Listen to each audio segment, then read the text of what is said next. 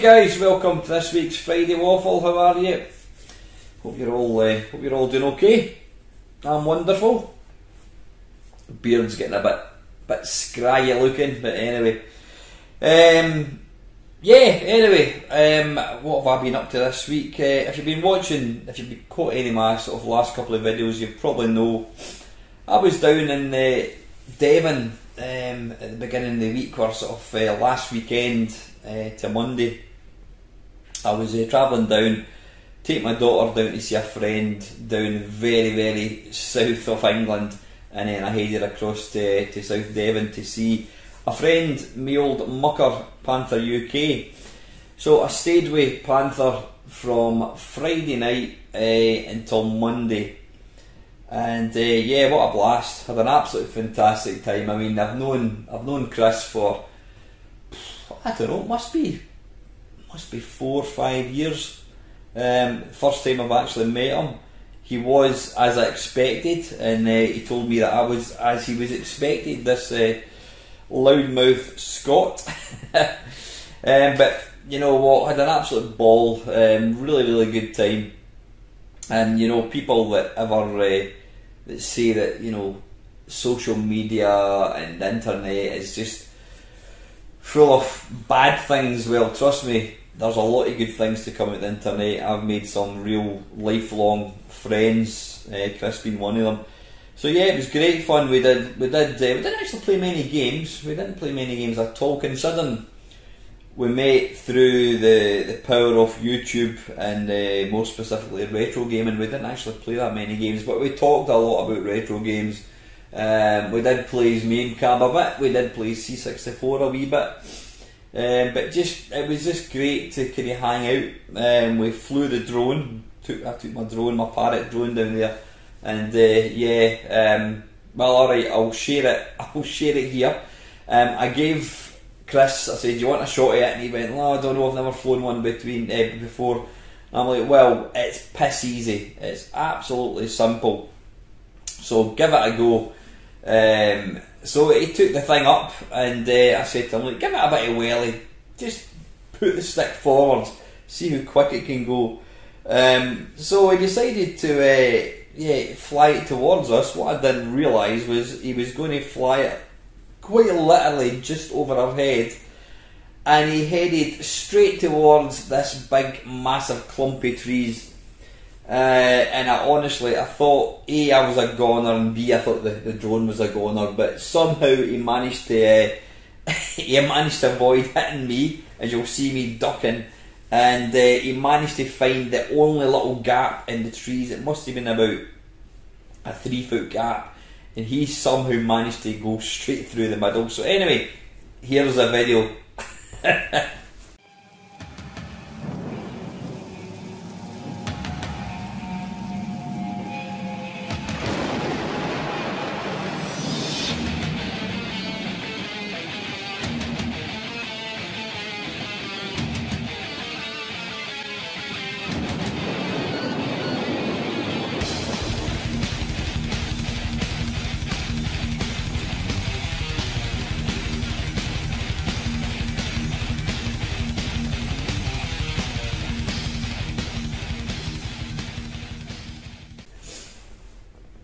Yeah, anyway, you've seen the video. He claims it was a skill. I put it down to beginner's luck. But anyway, so yeah, another kind of highlight of the weekend was we met Holly. Yeah, if you watch my live stream, you'll know who Holly is. Holly is a very, very clever programmer. Now she's managed to she's put my sprite into China Minor, but I've no idea how it came about, but apparently Holly is now writing a game. She's writing a Main Meister game. We did put out a poll as to what the game should be called, and I think it was Paul and Moz that came up with. We put a poll out, and Paul and Moz came up with the winning title, which is Way of the Exploding Fish. Now, it's going to take the sort of form of a platform game. Holly's managed to implement some would you call it, scrolling. She's not scrolling. She's managed to implement some kind of parallax scrolling, which looks really, really good. We actually met Holly and her son. I can't even remember, Westward Ho, I think it's called. Apparently, it's the only town in the UK that's got an exclamation mark. So here's a few photographs of Holly, her son, me and Panther having a wee look at the laptop. Just Holly was giving us a wee kind of update on what's what. So yeah, there's the pictures. But yeah, what I was going to say, it's it's really it's going to turn into something. I think it's going to turn into something really, really nice. Before I start, the game is hopefully going to get released as a digital download, and it will also get released hopefully as a cartridge and a tape on the Commodore 64, Spectrum and BBC. And if things work out the way Holly thinks it's going to work out, it's also going to get released as a bootleg Defender ROM, so you will hopefully be able to play the game in your arcade cabinet using MAME. Now, without giving too much away, Panther has really pulled out all the stops regards music and graphics. We've got a really top-notch SID composer who has agreed to, let's just say he's agreed to do a SID tune. Probably it's either going to be the loading music or it's going to be the title music. And we've also got an absolute top-notch, you know who you are, well, a couple of guys actually, both who are kind of part of the channel. One's going to do the loading screens, and the other person is going to be doing the cover art, the box art. Trust me, you're not going to be disappointed. I've seen what these guys can do. Absolutely amazing, amazing skills. So yeah, I think Holly seems to think it's probably going to take probably up to about Christmas time before the game is going to get finished. There's a lot of work. Now bear in mind Holly's got a full-time job and a family, so she's kind of having to do this as part of her hobby, but I'm really excited. You're probably thinking, what the hell are you doing, Main Meister? Well, apart from me appearing in the game, I'm going to try and come up with the sort of like the instructions, a little kind of background to the story. So it should be good. Like I says, every single penny is going to go to charity, but I think it's going to be awesome. I'm hoping that if the game works out the way we're hoping it's going to work out, that Paul Moz will very kindly agree to review it for the Zap magazine. Hopefully, I know we're kind of getting a wee bit ahead of ourselves, but I'm really excited about this. I think it's going to be really, really good fun. So suffice to say, it was wonderful getting to meet Holly. We got a bit of lunch when we were down there. The weather was just unbelievable. It was so nice. Saying that, I think it was nice up in Scotland as well. And when I came up on the Monday, Tuesday, it was horrible, and it's been horrible ever since. But nice to get some decent weather. And I'll have to say, that part of the country, that part of the world is beautiful. If you've never been down to Devon, whatever, trust me, go down. It's a lovely part of the world. I actually found out after I got back that quite a few of the guys that watch my channel come from that neck of the woods. So maybe if I ever get a chance to go down again, which I think I will, because my daughter definitely wants to go down and see her friend again, I will try and maybe tie up with a few other kind of YouTubers. That'll be nice to do. So that was kind of that was my kind of highlight of my kind of holiday. The rest of the week I've not been doing a great deal. I've been messing about with this little Commodore Mini thing, whatever it's called. I've got myself, the thing I detest about, not I detest, the thing I don't like about this is the controller. The joystick, I'm not a fan of that at all. It's just really, I don't know, too stiff. Even the fire buttons aren't great. So I managed to, Panther told me, get yourself one of these. It's a Logitech stick, and it basically uses this little dongle at the side there, so you can plug it in and you can use it. So I've been playing about with this. It's excellent, really, really nice. Apart from that, I'm just going to batter straight on with the questions, because I've kind of not had a lot of chance to think about anything to really talk about. So anyway, let's have a look from last week's questions. In a little second, I've just managed to get this mouse working, but I'm going to switch it off just now. There we go. Right, how do I get rid of that? There we are. Right, so Mad Commodore, what's he saying? Question number 1, regarding C64 Green Beret, I think it's a perfect conversion of the arcade for Sid and Vic, and that is a problem. Same as with C64 Ghosts and Goblins, straight arcade ports of the difficult coin goblin games do not work in home computers. Yeah, I've always said that coin ops, and you need to always remember, coin ops were never designed, well, they were designed to be fun, but more importantly they were designed to take money, and because of that the difficulty level was ramped right up. They were never going to be easy, so I don't think coin ops always make the best kind of home conversions. I mean, you'd have to kind of try and make it a wee bit easier, because obviously you could keep feeding coins into a coin op, whereas you don't really get that option in arcade games. Yeah, question number 2, not really having taken up PlayStation 4 and PlayStation 5 generation, it seems to me we're at the end of a very long downward spiral of games not being written for a specific computer or console today.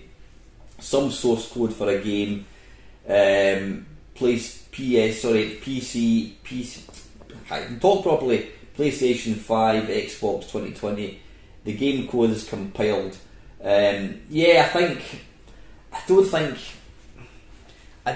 that's been a problem for a long time. I mean, back in the early 80s, mid 80s, early 90s, when you had all the different computers and you had the different consoles, you bought a console depending on what kind of game you wanted to play.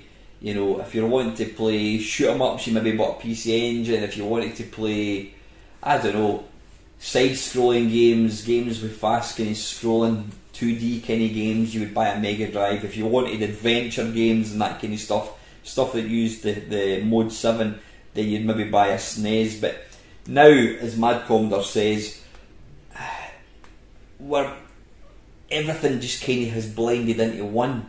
You know, I could show you a game, or you could look at a video of a game running on a PlayStation 5 in 10 years time, or even now, and you wouldn't know the difference. If you saw a game running and I said to you, is that an Xbox, is it a PlayStation 5, you really wouldn't know, because they all look the same. Games have become very, very generic now. In fact, it's kind of got to a point, why don't we just agree to have a single operating system like they tried with MSX, and I suppose you could say with VHS video recorders. We agreed on a format and everybody made the machines, so other than having like PlayStation 5 exclusives, it doesn't really matter what system you buy, because you're effectively getting the same thing. It's going to be the same software, they're going to look identical. And I think that's why I've kind of lost interest in modern consoles, because there's no character about them now. Like I said, you wouldn't know what a game was running on. Whereas back in the day, if you wanted to play fast-paced arcade scrolling shoot 'em ups, you would buy a C64. If you wanted isometric games, or you wanted maybe something a wee bit unique, you'd buy a Spectrum. But now, they've all just kind of blended in. VCS games were 100% still written just for the VCS hardware circa 1982, when all the main popular consoles and computers were on sale. Then we had some straight specky port jobs for all our 8-bit home computer versions, Karnov 64, but not too many on the C64 fortunately. And finally, hardly anything bespoke 100% ground up written just for PS3 hardware, like the amazing Killzone and Xbox 360. I'm guessing apart from any Sony or Nintendo in-house exclusives, if any, that all we now have are 99 pretty much port jobs using some compiler or game creation tool. Yeah, you're absolutely right, Mad Common. Like I says, I think we've reached the stage now where we're all, a game that comes out is going to look the same regardless of what system you have, and that's pretty much why I'm kind of bored with modern gaming. Anyway, Mad Copter, thanks for your questions, mate. Well, it wasn't so much a question, it was just really you were telling us all about that, which is interesting. Milfy Swinbuckle, question for next waffle. Not sure if this has been done before, and perhaps it's a bit of a daft idea. Nothing wrong with that, Milfy. But could an older game like Sensible Soccer work as a full-on team game? And by a team game I mean with 10 human players playing a single player each in the football game. Thus, Sensible Soccer could technically be played by 20 players. The goalies would still be computer controlled, but the other 20 would all be human. So in this example you could have 10 people going up against another 10. Like I say, a bit out there as an idea, as some players would have to play as defenders where everyone would want to be a striker. Anyway, do you think that there could be any interest in this kind of thing if it was played over the internet, and what old retro games could work in such a way, not necessarily football games? You know what, Milfy, I've thought about that before, and I absolutely think it could be. In Sensible Soccer, I don't think there was. In fact, I'm saying that I don't think. I know for a fact you could play 2 players, but you couldn't play in the same team. And I don't think there's any reason why that wouldn't work. As you say, you would have to. What would happen if everybody was playing? Everybody would be wanting to get the ball, so you would basically have 22. You'd have 20 players all trying to get the ball and all trying to score. So I think for it to work, you would almost have to be. You would have to kind of like have a zone that you couldn't come out of. You would have the invisible barriers. In other words, a defender playing in the left wing would only be able to stick. He could only play within that area. A striker playing up front would only be able to play on the sort of top half of the pitch. So yeah, I think it would absolutely work. It would be absolutely fantastic if somebody was going to could somebody adapt the Sensible code and do that. Don't know if John here watches my channel, but John, is that possible? There's one for you. Yeah, I don't think we're ever going to get a new game using the Sensible Soccer engine to enable that. But it's not to say that some clever person could adapt the code and enable that to happen. Yeah, I think it would be great. I mean, I know, was it Emily Hughes Soccer, you could have 2 players playing in the same team, which is great. I think you can do that with FIFA. Can the modern FIFAs do that? I don't know. Never played a modern FIFA for. I think the most up to date one I played was I got one from a PlayStation 4, or was it my PlayStation 3, and it was something. I think I got it for about £1 or something. I think it's like, I don't know, FIFA 2018, something like that. But yeah, I absolutely think it would be possible. I think it would work, Milfy. It just needs somebody clever to write it. So if anyone clever is watching this, Holly, and you fancy having a crack at that, that would be excellent. Even if it was just to get 2 players playing in one team, that would be pretty spiffing. So anyway, sorry, you're asking me any other games that would work with that. I mean, I suppose you've got your sort of your commando type games. I mean, you know, you do get simultaneous 2 players in that. You get shoot 'em ups with 2 players as well. But I think a football game specifically would really be good. Or I suppose you could adapt it to an ice hockey game. Any kind of team sport, I think, would definitely work. So anyway, Milfy, thank you very, very much for that. And down the rabbit hole for the Friday Waffle, not to cause bad luck, Alan, but what would you do if your Vectrex needed to be repaired? Do you know anyone who can fix them? I do, Kev. I'm not going to give his name because he might end up getting pestered, but yeah, trust me, I've got a good mate who's actually he's recapped a Vectrex for me, and I'm just waiting to get it back. But yeah, I'm very lucky to have somebody that could actually fix it. That's always been a worry of mine's, you know, and that's the reason I actually own another 2. Well, I own 3 Vectrexes in total. For that simple reason, you know, if it was to stop working, what would I do? But like I said, I have got a good mate who can fix them. So yeah, great stuff there. Secondly, what are some good games set in the UK? The only one I can think of is Grand Theft Auto London on the PlayStation 1. Games set in the UK. Wasn't there there was a game called The Getaway? I think it came out in the PlayStation 2. Never actually played it.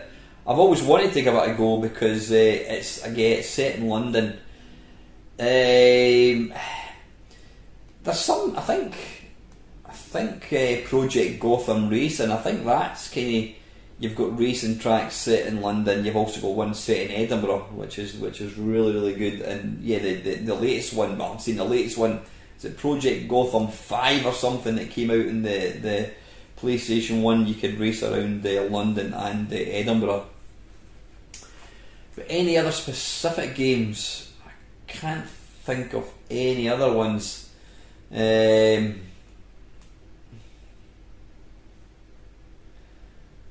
No, I mean, yeah, you've got games like School Days on the Spectrum and the C64. That was obviously very, very. It was based in the UK. No, I can't think of any more, but definitely go and check out The Getaway, Kev. I says that's an old game. I've never played. I don't think it was. I think it had a few kind of flaws, but again, it's based in London. I'll need to check it out actually. And finally, what is one game you think everyone should play at least once in their lives? I mean, without stating the obvious, I would say something like Space Invaders. You need to really play it to see where it all comes from. But I would probably go for Robotron. You'd need to have twin joysticks. For the simple reason is it's probably the most basic game you can get. There's none, there's really no massive front end to it. There's no difficult controls. I mean, Robotron is the most simplistic game you could get. You move, you fire. That is it. It's an epic game. I mean, I was actually playing it last night. It's an absolute epic game, and to me, it's fundamentally the most basic grassroots video game you could get. It's like I said, it's simplicity itself, and it's one of the best games. It's a game that if you get good at, and I'm absolutely not good at it at all, you really, I don't know, it's a complete zonal game. But you know what, there's so many good games. I mean, I could say something like Pipeline. Love that game to bits, but it's not going to be for everybody. But no, I think Robotron is a game everybody needs to try. It's one of the earliest games. Maybe Defender as well, just to see if you think that modern games are difficult. They are nothing compared to Defender. Give Defender a go, then come back and tell me that the games that you're playing now are difficult. Anyway, Kevin, thank you very much. And we've got Mr. Dave Connolly. Listen, Dave, thanks for commenting. Good Waffle. Green Beret was one of those games I really liked, but it was so difficult. You know, the funny thing is, Dave, the C64 one it's a hard game. I find the arcade and the Spectrum one more playable. They're definitely easier. So if you're struggling with Green Beret, give the Spectrum one, give the arcade games versions a go. For my money, Green Beret was the most difficult C64 game of them all. You've never played China Miner, Dave, have you? I'm tempted to make what was the most difficult C64 game a formal question, but you've probably been asked that one a zillion times. So here's a question. It's not directly related to C64, but it kind of is, and it has been bothering me for ages. So my question is, where did all the ninjas go? Is it just me, or were ninjas everywhere back in the late 80s? Every second computer game, every second movie, every comic book, toys, fancy dress, even a few ninjutsu clubs of highly questionable popped up in Glasgow. We were all living in a ninja nation. These days you never hear from ninjas at all. Now, I'm not entirely sure how the Ninja franchise works, but how come they have all just vanished? What happened? Where, oh where are the ninjas? You're right, I suppose that's what happens in life. Things become mega popular. And you're right, ninjas were hugely popular. I mean, obviously it kicked off with Bruce Lee. There was a lot of ninja films back in the 80s. I mean, I think back in the 80s it was all about action films, and you don't really get that many. You don't get that many nowadays. You had Stallone, you had Jean-Claude Van Damme, you had Schwarzenegger, you had all these guys making these films. Like I said, you had Jackie Chan and that kind of stuff. And then obviously computer games came along. You had Way of the Exploding Fist, you had Shadow Dancer, you had there was loads and loads of games and that kind of stuff all about ninjas. And yeah, they have. I wouldn't say they've disappeared as such, but it got me thinking. I mean, zombies. As a kid growing up in the 80s, 70s and 80s, the only time I'd heard a zombie was like Dawn of the Dead. George A. Romero. Was it Dawn of the Dead, Returning of the Living Dead? These are the only two films that really spoke about zombies. And then, I don't know, I can't blame The Walking Dead. I mean, The Walking Dead came out, 8 years ago, something like that. Now you can't move for zombie films and zombie TV programs. The apocalypse. You're trying to save yourself from a world that's been taken over with zombies, and it's just become. I think it's actually become very, very dull. I mean, you had all your 28 Days Later, and there's even you go into Netflix, you go into Prime Video. It's just zombie stuff, and it's become very, very tedious and boring. And I think that's what happens, Dave. I mean, things become popular and they take off, and everything just becomes based around that thing. And it was the same with ninjas, and it's now kind of affected zombies. And I just think, we've lost creativity, and that's what tends to happen with a lot of things. Somebody comes out with a good idea, and then everybody jumps on the whole bandwagon, and then you just get an absolute influx of the same thing, the same games over and over and over again. So maybe it's about time that zombies were to make a comeback. I don't know. What do you think? Anyway, listen, Dave, thank you very, very, very much for that one. And lastly, Colin Jones. The next waffle, I know what you think about modern games, but what is your opinion on the smaller indie games? I love indie games, Colin, and yeah, modern games now, because of the money that it costs, the budgets of these games, nobody is going to take any sort of gamble or chance with a game's idea. When you think back to the 80s and 90s with computer games, people could knock a game out in maybe 6 weeks, and so you got all this ingenuity. You had things like the Sentinel, you had Trash Man, you had Elite, you had Frankie Goes to Hollywood. You had people taking, coming out with all these weird and wonderful games ideas, and now, because games are now hundreds of millions of pounds of budget, people, they don't want to take a chance, and now we're just stuck with generic first person shooters, and quite frankly they are as dull as dishwater. But the great thing is with indie games, I don't know, is it through Steam, whatever, and I suppose even to a lesser effect you've got mobile games. It's now allowed games to be fun again. People can take chances with games, they can come up with modern or new ideas, and it is kind of going back to what it was back in the day. The only thing is that indie games very rarely will sell a lot. I mean, you get occasional game like Flappy Bird, and I don't know what other. I don't really play modern games or mobile games, but you do get the occasional mobile game. Is it Bejeweled and Candy Crush? They become massive. They become this massive phenomena and make millions of pounds. But yeah, indie games has allowed creators to basically make their own games again, which is wonderful. I mean, John Hare was talking about that, and you know, it's nice that we can start to see some, you know, originality in the games industry again. So no, I'm a massive fan of indie developers. Some of the games that I've bought recently have all been. I bought a really good game based on Thrust.